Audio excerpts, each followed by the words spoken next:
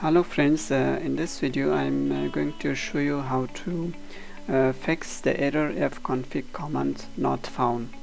This error occurs when your Linux machine doesn't have the NetTools toolkit installed. If you want to use ifconfig on your Linux system, you will have to manually install it. To install the NetTools, you should run this command. I'm running this command.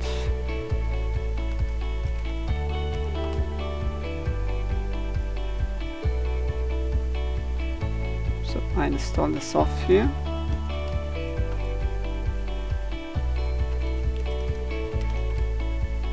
So after the installation I still have the error. So in this case I have issue with the path environment variables. To fix this, run this command.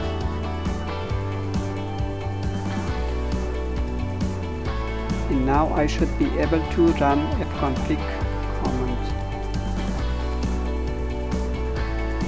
So it works right now. Thanks for watching this video and see you in the next video. Bye.